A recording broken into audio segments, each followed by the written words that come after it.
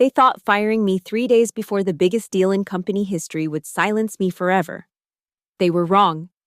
What they didn't realize was that I had memorized every dirty secret, every legal loophole they'd exploited, and every regulatory violation they'd swept under the rug. I wasn't just an employee they could discard. I was a walking time bomb with a photographic memory and nothing left to lose. My name is Alexandra Hayes, and this is the story of how I brought down a $100 million merger in exactly 72 hours. I should have seen it coming when Marcus Thornfield, our new CEO, started scheduling restructuring meetings behind closed doors.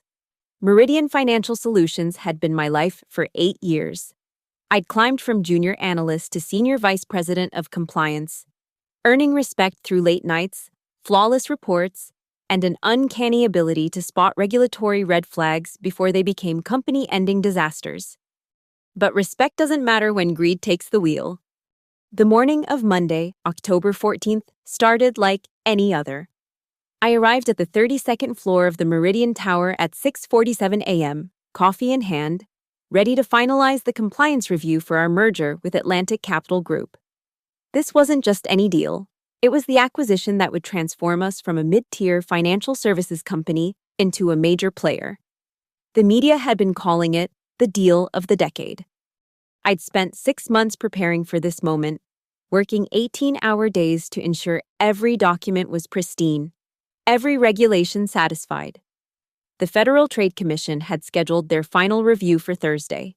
We were so close I could taste it. At 9:15 a.m., my assistant knocked on my office door. "Alexandra, Mr. Thornfield wants to see you in conference room A. He said it's urgent." Something in her tone made my stomach drop. Conference room A was where they held termination meetings. I walked down the hall with my head high, even though my heart was racing. Marcus sat at the head of the polished mahogany table, flanked by HR Director Patricia Vance and our legal counsel, Jonathan Blake. Their faces were stone-cold professional, the kind of expressions that said, "This is just business." "Alexandra, please sit," Marcus said, gesturing to the chair across from him. He was younger than me by 5 years, but carried himself like he owned the world. Ever since the board brought him in 6 months ago, he'd been making changes, most of them designed to increase his bonus at the expense of long-term stability. "I'll stand," I replied. He shrugged. "Very well, Alexandra.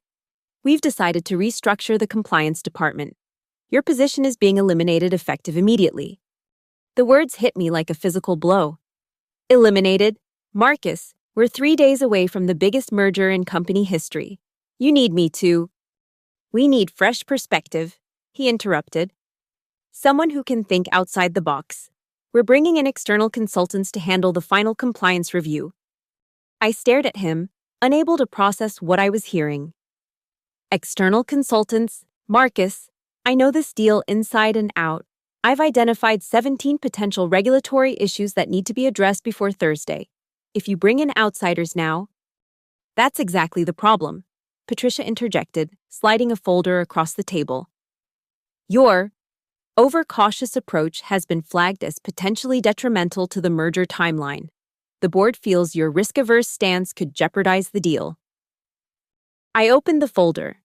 Inside was a termination letter, a non-disclosure agreement, and a severance package that was surprisingly generous.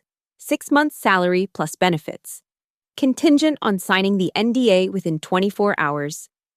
"You're firing me for doing my job correctly?" I asked, my voice steady despite the fury building inside me. "We're restructuring for efficiency," Marcus said. "Your final paycheck will include unused vacation time, and we're prepared to provide positive references for your job search. We appreciate your 8 years of service to Meridian." 8 years. I'd given them 8 years of my life. Missed family dinners, worked through vacations, turned down job offers from competitors. And this was my reward. "I need to collect my things," I said. "Security will escort you to your office," Jonathan said, speaking for the first time. "You have 15 minutes to gather personal items, all company property, including your laptop, phone, and any documents, stays here." As I walked back to my office flanked by 2 security guards like a common criminal, my mind was racing. This wasn't about restructuring, this was about removing the one person who might stand in the way of their shortcuts. You see, I'd been documenting things. Not intentionally at first. I'm naturally detail-oriented, the kind of person who keeps meticulous records. But over the past 6 months, as Marcus pushed for faster timelines and fewer regulatory checks, I'd started noticing patterns, corners being cut, documents being altered, conversations happening in bathrooms and parking garages instead of conference rooms. I'd been building a case, planning to present it to the board after the merger closed. I thought I was being smart, protecting myself and the company. Instead, I'd been painting a target on my back. As I packed my personal items into a cardboard box, family photos, my coffee mug from Harvard Business School, the small cactus that had survived 5 years on my windowsill, I thought about all the secrets I carried in my head. The real reason Atlantic Capital wanted to merge with us. The regulatory violations Marcus had been hiding. The falsified financial reports that made our compliance record look spotless. They thought they were silencing me. They had no idea they'd just created their worst nightmare. That evening, I sat in my apartment overlooking the Hudson River, staring at the unsigned NDA. 6 months' salary was tempting, especially since I'd probably need time to find a new position. But signing it would mean staying quiet about everything I knew. It would mean letting them get away with fraud, manipulation, and God knows what else. I poured myself a glass of wine and opened my laptop.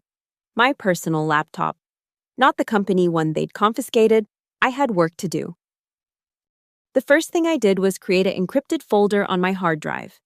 Then I started writing every conversation I could remember, every document I'd seen, every suspicious transaction I'd flagged. I have what my mother always called a steel trap memory. Once something goes in, it doesn't come out. It's what made me so good at compliance work, and it was about to make me very dangerous. By 2 a.m., I had 17 pages of detailed notes covering 6 months of questionable activities. But notes weren't evidence. I needed proof. That's when I remembered David Kim. David was a senior analyst in our IT security department, and we'd dated briefly 2 years ago. Nothing serious, but we'd remained friends. More importantly, David had access to backup servers and audit logs that most employees never knew existed. Companies like Meridian keep everything: emails, document revisions, access logs, even deleted files. They have to, for legal reasons. I sent David a text. "Hey, are you free for coffee tomorrow? I need a favor." He responded within minutes. "Heard about what happened today. That's messed up. Yeah, let's talk." Tuesday morning, I met David at a small cafe in Brooklyn, far from our usual Manhattan haunts. He looked nervous, constantly checking over his shoulder. "This is insane, Alex," he said, stirring his coffee for the 3rd time. "If they find out I'm helping you." "They won't," I assured him. "I just need access to some backup files, specifically email chains and document revisions from the past 6 months involving the Atlantic Capital merger." "That's not just some files, that's everything." "I know." "David, they're about to push through a merger based on falsified compliance reports. If this deal goes through and the truth comes out later, it won't just hurt Meridian, it'll destroy Atlantic Capital too. Thousands of jobs, pension funds, retirement accounts. This is bigger than just me getting fired." He was quiet for a long moment, then pulled out a flash drive. "I already pulled what I could: email chains, document histories, access logs. If you're right about this." "I am right." "Then they're going to prison." That night, I went through the files David had given me. What I found was worse than I'd imagined. Marcus hadn't just been cutting corners, he'd been systematically falsifying documents to hide Meridian's true financial position. Our debt-to-equity ratio was 40% higher than reported. We had outstanding regulatory violations that should have been disclosed. Most damning of all, there were email chains discussing how to massage the numbers to meet Atlantic Capital's due diligence requirements. But the smoking gun was a recorded phone call from 3 weeks ago. Marcus, discussing the merger with someone from Atlantic Capital. "Don't worry about the compliance review. We're handling Alexandra Hayes. Once she's out of the picture, the final report will be exactly what you need to see." They'd been planning to fire me for weeks. This wasn't about restructuring, it was about covering up fraud. Wednesday morning, I had a choice to make.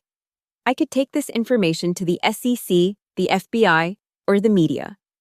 Each option had pros and cons. Government agencies would investigate thoroughly but slowly.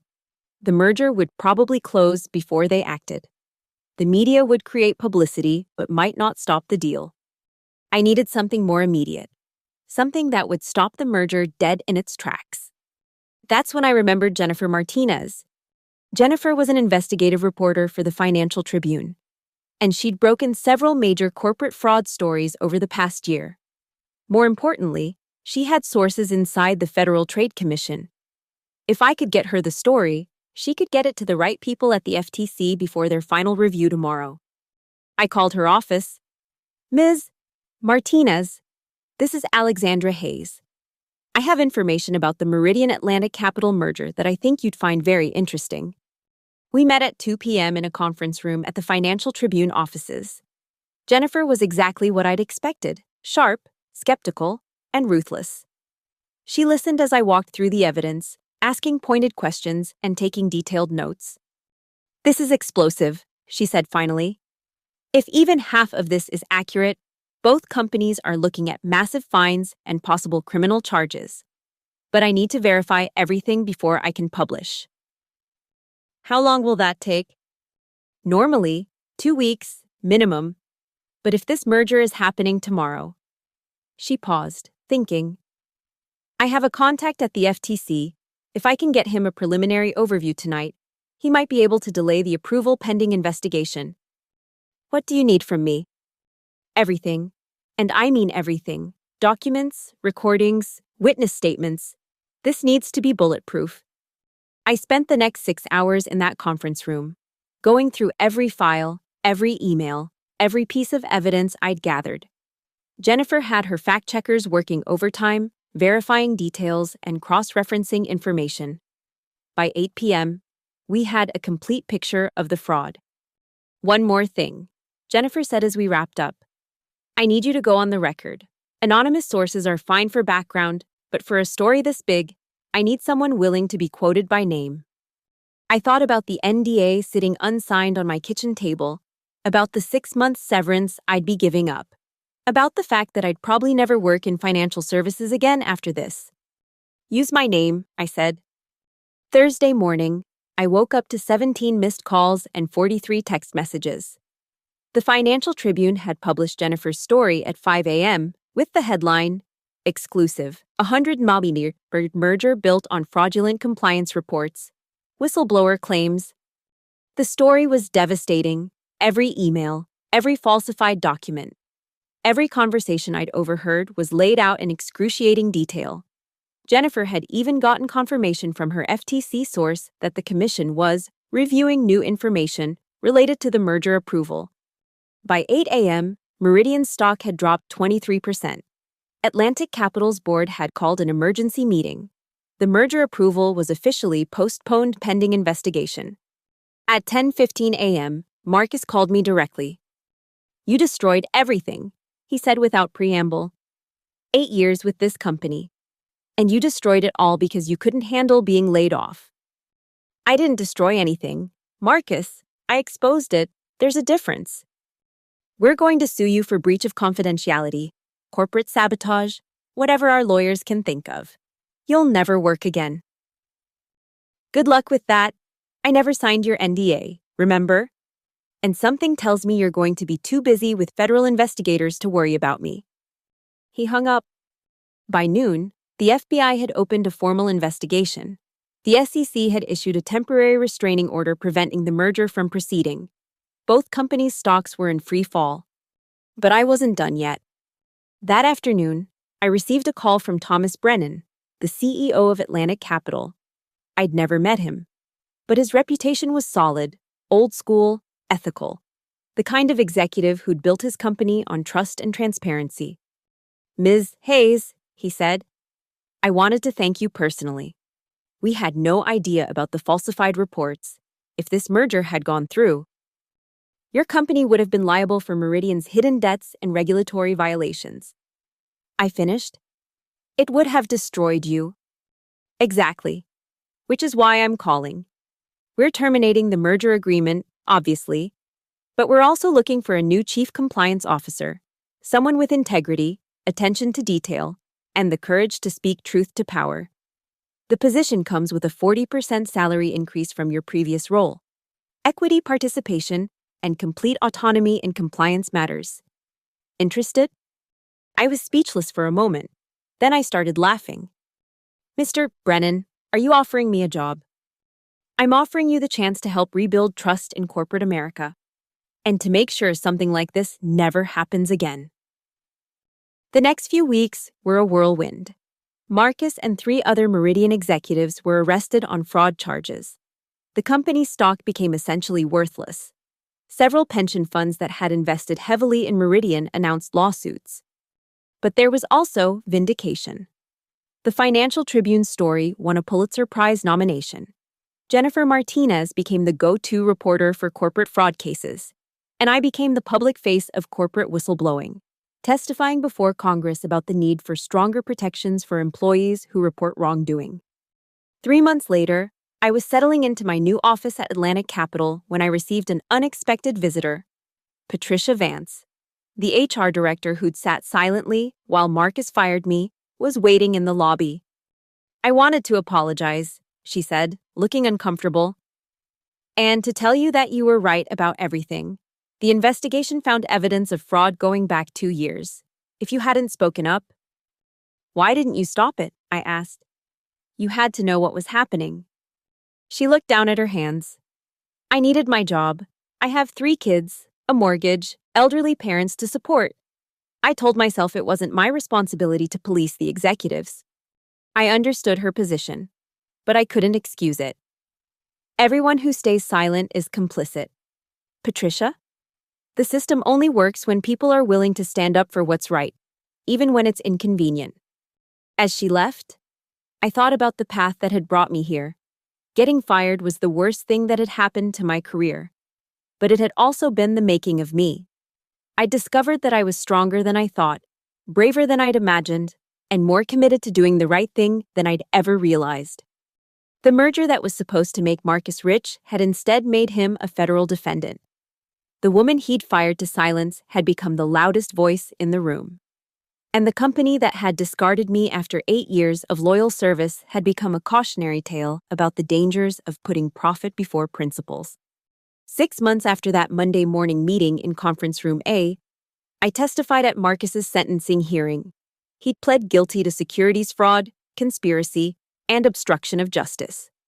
The judge sentenced him to 8 years in federal prison and ordered him to pay $12 million in restitution. As I walked out of the courthouse, a reporter asked me if I felt vindicated. Vindication isn't the right word, I said. This was never about revenge. It was about accountability. It was about making sure that the truth came out, no matter how inconvenient that truth might be. But if I'm being completely honest, there was something satisfying about watching Marcus, who'd once treated me like a disposable employee, being led away in handcuffs. There was justice in seeing the merger he'd planned to celebrate become the investigation that destroyed him. That night, I opened a bottle of champagne, not to celebrate his downfall, but to toast the future. A future where employees don't have to choose between their job security and their integrity. Where whistleblowers are protected, not punished. Where the truth matters more than quarterly profits. As I sat in my apartment, looking out at the same Hudson River view I'd had during those dark days after being fired, I reflected on everything that had changed. I had a new job that paid better and offered more responsibility. I had become a recognized expert in corporate ethics. Most importantly, I had proven to myself that doing the right thing, even when it's difficult, even when it costs you everything, is always worth it. The merger that was supposed to transform Meridian Financial Solutions had instead transformed me. They'd fired me thinking I was just another disposable employee. They'd learned too late that some people can't be silenced, can't be bought, and won't be intimidated. They'd wanted to get rid of their biggest problem. Instead, they'd created their worst nightmare. A former insider with nothing to lose, everything to prove, and a photographic memory for every dirty secret they'd tried to hide. In exactly 72 hours, I'd gone from terminated employee to corporate whistleblower to the person who brought down a $100 million merger. Not bad for someone they thought they could just throw away. The best part? I never did sign that NDA. Some fights are worth having, some truths are worth telling. And sometimes, the person they least expect to fight back is exactly the person who changes everything. My name is Alexandra Hayes. And this is how I learned that the most dangerous person in any company isn't the one with the most power. It's the one with the most integrity and nothing left to lose.